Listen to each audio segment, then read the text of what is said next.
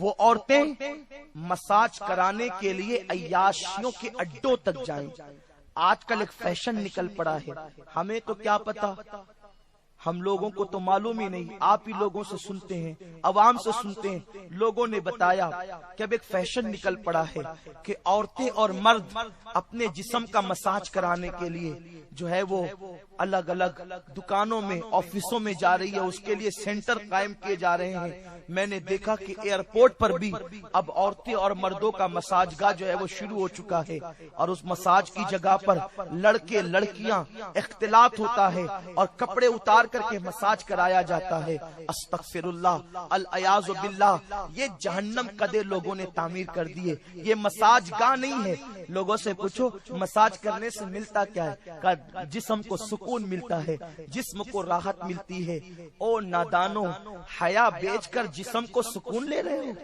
یہ جسم کو چند گھنٹوں کا سکون قبر کے بچھوؤں کے ڈنک کا ذریعہ بن جائے گا، قبر میں آگ لگنے کا ذریعہ بن جائے گا، جسم کے جہنم کے ایندھن بننے کا ذریعہ بن جائے گا. اس جسم کے سکون پہ میں لعنت کرتا ہوں. سنو، ہمارے رسول نے ہمیں محروم نہیں کیا، ہمارے رسول نے ہمیں بے سہارا چھوڑا. ہمیں تھکنے کے بعد کسی لعنتی مساج کی ضرورت نہیں ہے. میرے رسول نے فرمایا، جب میری ماں، تمام سیدوں کی ماں سیدہ فاطمہ سرکار کی بارگاہ میں یہ عرضی لے کر گئی، آقا کچھ کنیز چاہیے، کچھ غلام چاہیے، تاکہ میری تھکن بہت ہو جاتی ہے، چکی چلاتے چلاتے، کپڑے دھلتے دھلتے، پانی بھرتے بھرتے بہت تھکن ہوتی ہے. آقا آپ اگر کوئی کنیز اور غلام دے دیں گے یا رسول اللہ تو میری تھکن کا سامان ہوگا. آقا نے فرمایا، فاطمہ ابھی تو احد کے یتیموں کا حق باقی ہے، میں تجھے کنیز اور غلام کیسے دوں؟ البتہ اس سے بہتر چیز دیتا ہوں بیٹی. جب بستر پر جاؤ تو 33 مرتبہ سبحان اللہ پڑھو، 33 مرتبہ الحمدللہ پڑھو، 34 مرتبہ اللہ اکبر پڑھو. یہ اس سے بہتر ہے. سیدہ فاطمہ نے جو پڑھا ہوگا وہ تو عجیب چیز ہے، لیکن آج ان کے غلام پڑھتے ہیں. اگر یہ تسبیح سوتے وقت پڑھ لو 3 گھنٹے کی نیند بھی مل جاتی ہے، طبیعت فریش ہو جاتی ہے، تھکن دور ہو جاتی ہے. کتنی بھی محنت کرو، نیند سے اٹھنے کے بعد احساس ہی نہیں ہوتا کہ ہم نے محنت کی ہے. نادانو، اس لانتی مساج کی طرف کیوں جا رہے ہو جس سے لوگوں کے سامنے ننگے ہونا پڑے، جس کے لیے لوگوں کے سامنے کپڑے دور کرنے پڑے؟ اے خاتون جنت کی کنیزو، محقق مسائل جدیدہ حضرت علامہ مفتی نظام الدین صاحب قبلہ سے مہندی کے بارے میں جب مسئلہ پوچھا گیا تھا اسی منبر پر، تو حضرت نے فرمایا تھا کہ کوہنی کے اوپر کا حصہ ایک عورت اپنی ماں کے سامنے بھی کھول نہیں سکتی، اس لیے کہ اس کا پورا جسم عورت ہے. آپ سے میں پوچھنا چاہتا ہوں، اے خاتون جنت کی کنیزوں، جب کوہنیوں کے اوپر کا حصہ ایک لڑکی اپنی ماں کے سامنے نہیں کھول سکتی تو آپ مجھے بتائیں کہ مساج کے لیے آپ دوسری عورتوں کے سامنے کھول رہی ہے، اور پھر معاذ اللہ وہاں لڑکوں کا آنا جانا بھی ہوتا ہے. اگر لڑکوں کا آنا جانا نہ بھی ہو تب بھی ان غیر مسلم عورتوں کے سامنے آپ اس طریقے سے اپنے جسم کو کھول تو نہیں سکتی. اے خاتون جنت کی کنیزوں، فقیر قادری کی اس بات پہ غور کرنا اور آقا کے فرمان پہ عمل کرنا.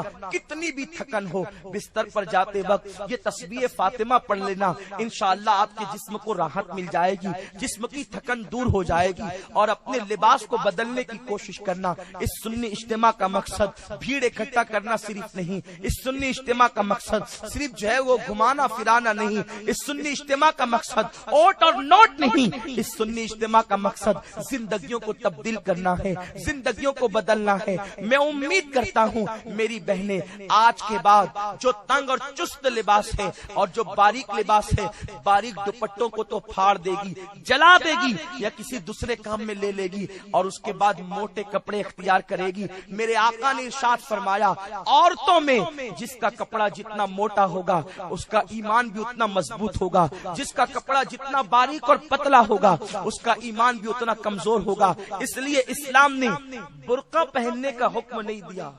یہ غلط فہمی دور کریں آپ. اسلام نے برقع پہننے کا حکم نہیں دیا، اسلام نے پردہ کرنے کا حکم دیا. جو برقع پردے پر پورا اترتا ہو وہ برقع جائز ہے، اور جو لانتی برقع لوگوں کو آپ کی طرف متوجہ کرتا ہو. اب تو الیاذ باللہ اتنی ڈیزائن برقعوں میں نکل گئی, اتنی. امام غزالی کا فتویٰ میں نے کیمیائے سعادت سے پڑھا کہ فرماتے وہ برقع حرام ہے کہ جس برقعے کی وجہ سے لوگ عورتوں کی طرف متوجہ ہوں. میں سمجھتا ہوں کہ برقعے جو ڈیزائن والے نکالے جا رہے ہیں یہ برقعوں کا پہننا جائز نہیں, اس لیے کہ حجت الاسلام امام غزالی نے آج سے تقریباً 700 سال پہلے کہا تھا, 750 سال 800 سال پہلے یا اور اس سے پہلے, کہ جو برقعے ڈیزائن والے وہ حرام ہے. تو اس زمانے میں جو ڈیزائن والے برقعے ہوں گے, ان برقعوں کا تو اس زمانے میں تصور ہی نہیں تھا جو برقعے تم نے نکال رکھے ہیں. اس لیے ان برقعوں پر جو ڈیزائن ہے یہ ڈیزائن والے برقعوں کو بھی ختم کرو. اور اب تو برقعے کیا رہ گئے, لوگوں نے بتایا کہ جبہ برقعے کے اوپر کا پہن لیا جاتا ہے اور اس کے اوپر کالا دوپٹہ اوڑھ لیا جاتا ہے, چہرہ بھی دکھ رہا ہے اور پھر اس کے بعد بالوں کی نمائش بھی ہو رہی ہے. میرے پیارے آقا صلی اللہ علیہ وسلم کی کنیزوں ایسا نہ کرو. ایک مرتبہ سیدہ فاطمہ الزہرا سلام اللہ علیہا کے کپڑے بالخصوص آپ کا دوپٹہ اتنا پھٹ گیا کہ پہننے کے قابل نہ رہا, جگہ جگہ سے پھٹا. مولا کائنات نے دیکھا تو فرمایا فاطمہ تیرا دوپٹہ اتنا پھٹ گیا ہے کہ پہننے کے قابل نہ رہا, جاؤ اپنے بابا سے دوپٹہ مانگ کر لاؤ. عرض کیا میری ہمت نہیں کہ میں اپنے بابا سے دوپٹہ مانگوں, اگر مانگنا چاہتے ہیں جانا چاہتے ہیں تو آپ جائیں. مولا کائنات شیر خدا علی مرتضی رضی اللہ تعالیٰ عنہ جب دوپٹے کے لیے گئے تو آقا کی بارگاہ میں عرض کیا یا رسول اللہ آپ کی بیٹی فاطمہ کا دوپٹہ اتنا پھٹ گیا ہے کہ پہننے کے قابل نہ رہا.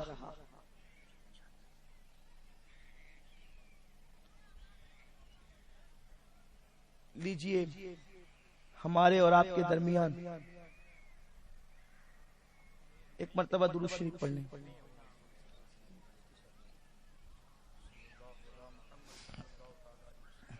اللهم صل على سيدنا ومولانا محمد معدن الجود والكرم وعلى آله وصحبه وبارك وسلم صلاة وسلاما عليك يا رسول الله صلى الله تعالى عليك وسلم.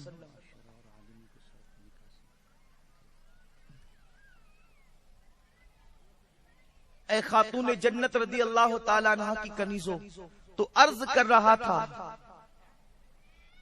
کہ جب سیدہ فاطمہ الزہرا سلام اللہ علیہا کا دوپٹہ اتنا پھٹ گیا کہ پہننے کے قابل نہ رہا تو مولا کائنات نے فرمایا کہ تم دوپٹہ اپنے بابا سے مانگ کر کیوں نہیں لاتی.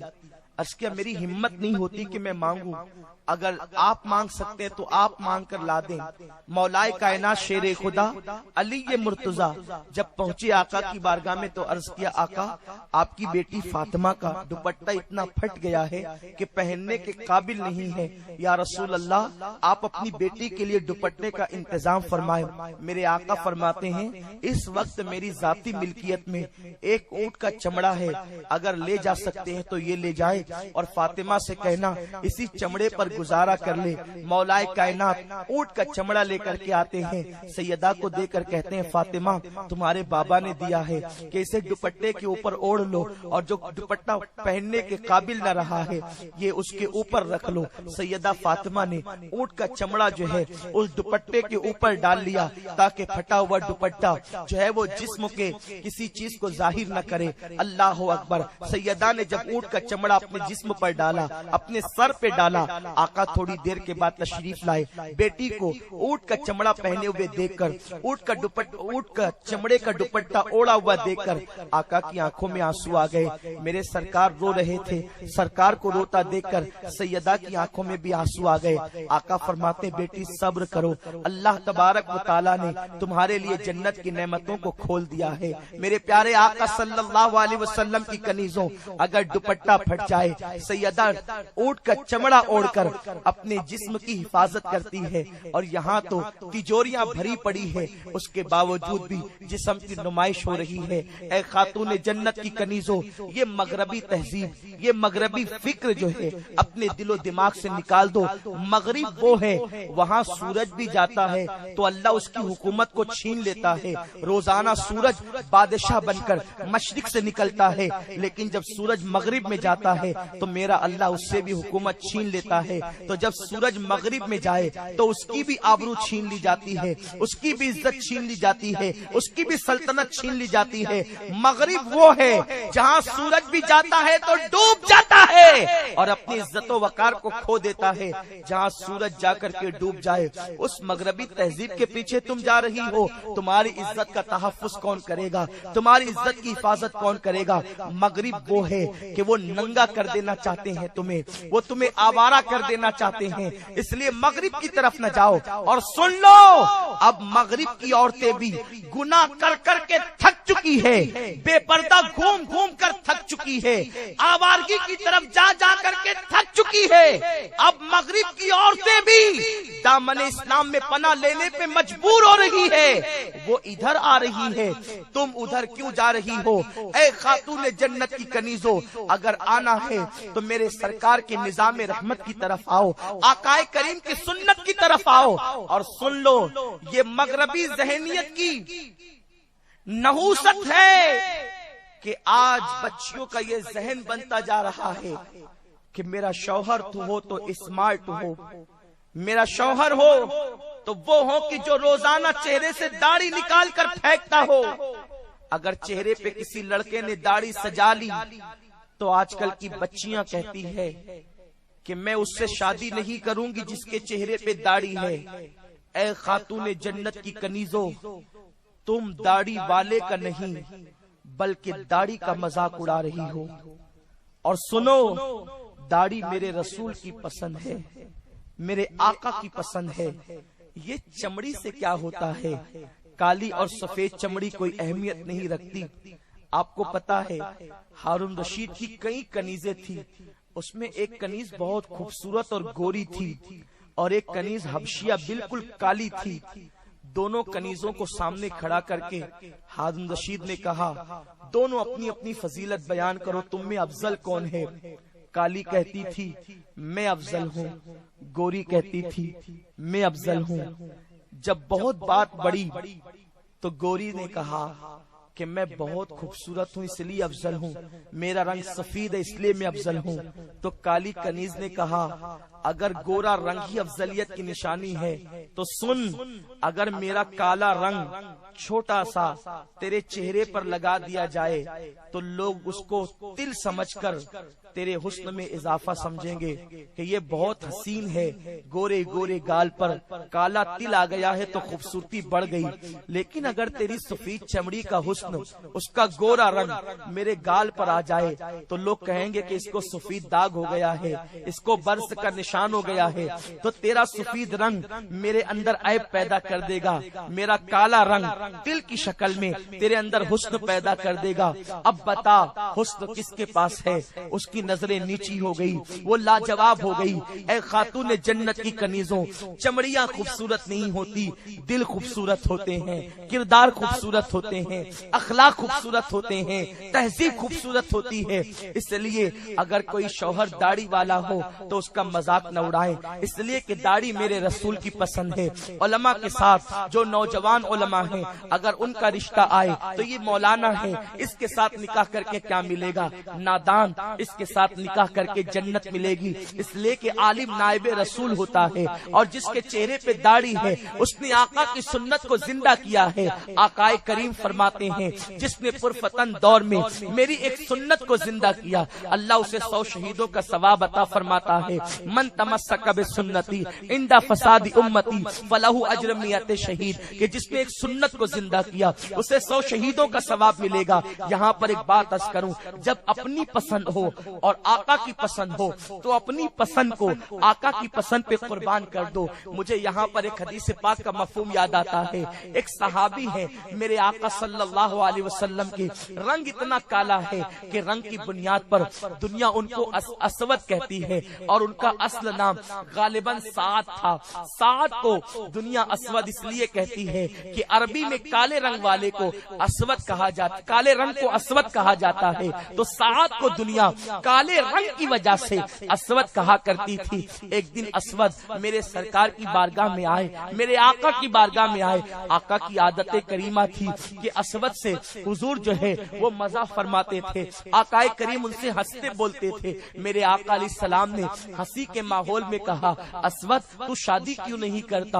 اسود نے سنا یہ مذاق کی بات تھی، ہنسی کی بات تھی، اچانک وہ سیریس ہو گئے۔ انہوں نے اس بات کو دل پہ لے لیا اور کہا، آقا میرے تو دانت بڑے بڑے ہیں، میرا تو رنگ کالا ہے، میں تو حبشی ہوں، میرے ساتھ نکاح کون کرے گا اور کون مجھے بیٹی دے گا؟ مدینے کے لوگ تو خوبصورت ہے، خوبصورتی کو پسند کرتے ہیں، حسین حسن کو پسند کرتے ہیں۔ میرے سرکار نے اتنا سننا تھا، جب ان کے دل پر بات لگ گئی تھی، آقا اس زخم پر مرہم رکھنا چاہتے تھے، اس لیے کہ وہ میرے آقا ہی تو ہیں جس کا کوئی سہارا نہیں، اس کا سہارا میرا رسول ہے، جس کا کوئی پرسان حال نہیں، اس کا پرسان حال میرے آقا ہیں۔ کوئی پرسان حال اپنا نہیں ہے یا رسول اللہ، جو اپنا ہے تو تو ہے اور باقی سب پرایا ہے۔ میرے آقا نے فرمایا، جاؤ میرے فلاں صحابی سے جا کر کے کہو کہ وہ اپنی بیٹی کا نکاح تیرے ساتھ کر دے۔ انہوں نے کہا، آقا ان کی بیٹی کے بارے میں سنا ہے کہ وہ خاندان تو بڑا خوبصورت ہے، وہ صحابی بھی خوبصورت ہے، ان کا خاندان بھی خوبصورت ہے، تو ان کی بیٹی بھی خوبصورت ہوگی، مجھ جیسے سیاہ رنگ کو آخر وہ بیٹی کیسے دیں گے؟ آقا نے فرمایا، جاؤ انکار کرے تو میرا نام کہہ دینا اور میرے حوالے سے کہنا کہ میں نے بھیجا ہے۔ اسود پہنچے، دروازے پہ دستک دی۔ جب میرے آقا علیہ الصلوۃ والتسلیم کے وہ صحابی نے پوچھا کون ہو؟ کہا اسود ہوں۔ اللہ اکبر، دروازہ کھلا، وہ دروازے پہ کھڑے ہو گئے۔ اسود اس وقت تو کیوں آئے ہو؟ اسود کہنے میں جھجک رہے تھے۔ اسود نے آخر ہمت باندھ کر کے کہا، آقا نے بھیجا ہے۔ کیوں بھیجا ہے؟ سرکار نے کیوں بھیجا ہے؟ اس صحابی سے اسود کہتے ہیں، اس لیے کہ آقا نے فرمایا تمہاری بیٹی ہے۔ جی ہاں ہے، اس بیٹی کا ہاتھ مانگنے کے لیے، اس کے رشتے کے لیے بھیجا ہے۔ کس کے لیے؟ میرے لیے۔ جیسے اس صحابی نے سنا، اپنی بیٹی کا حسن ان کے دل و دماغ کے اندر گھومنے لگا۔ بیٹی اتنی خوبصورت، اسود اتنے کالے کہ ان کے رنگ کی وجہ سے ان کو لوگ سعد کی بجائے اسود کہتے ہیں۔ اچانک زبان سے کچھ نکلنے ہی والا تھا، کچھ فیصلہ نہیں کر پا رہے تھے۔